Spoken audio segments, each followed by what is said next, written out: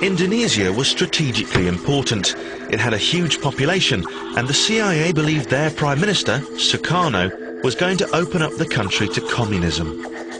The CIA was against Sukarno because he was too friendly towards the Communist Party in Indonesia. But he was not any kind of communist himself. He was not a communist dupe, but he was to a certain extent a Democrat, and he felt the communists had the right to be in the government. But that for Washington, that was much too much. The CIA proposed a program of black operations, of covert propaganda that was disseminated through Indonesian newspapers, through Indonesian political parties, through the Indonesian army, that attempted to raise the specter of a looming Indonesian Communist Party takeover of the Indonesian government.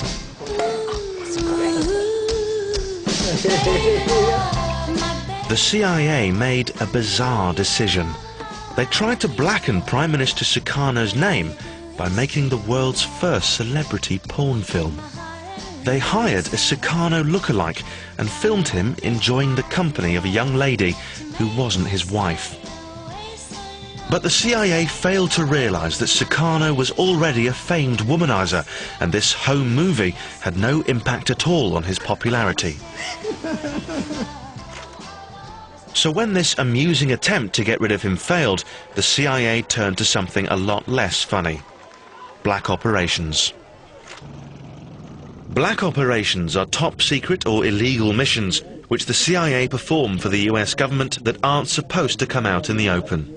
Its more serious covert operations in Indonesia were aimed at doing something which was of much more questionable moral legitimacy, sowing confusion within Indonesian society so as to provoke an armed clash between the Indonesian army and the Indonesian Communist Party, which the CIA fully anticipated and hoped would result in a bloodbath and allow for a military takeover of the Indonesian government.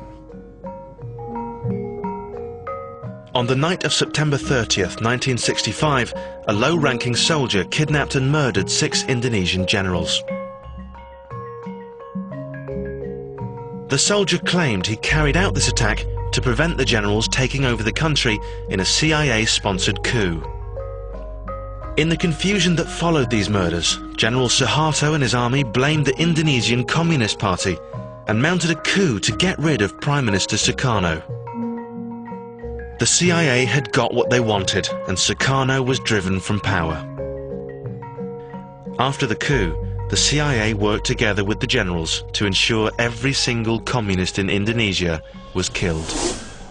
They gave the government of Indonesia a list of citizens who were communists, and this list was used by the government after the coup to start a massacre which took the lives of between 500,000 and a million people.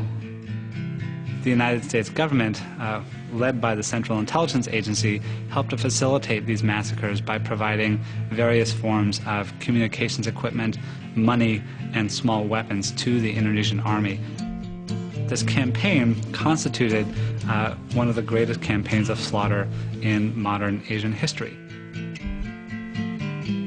I think, as a historian and as an American, that it is one of the most morally troubling episodes in the history of American foreign policy, and one which the U.S. government has never taken any responsibility for.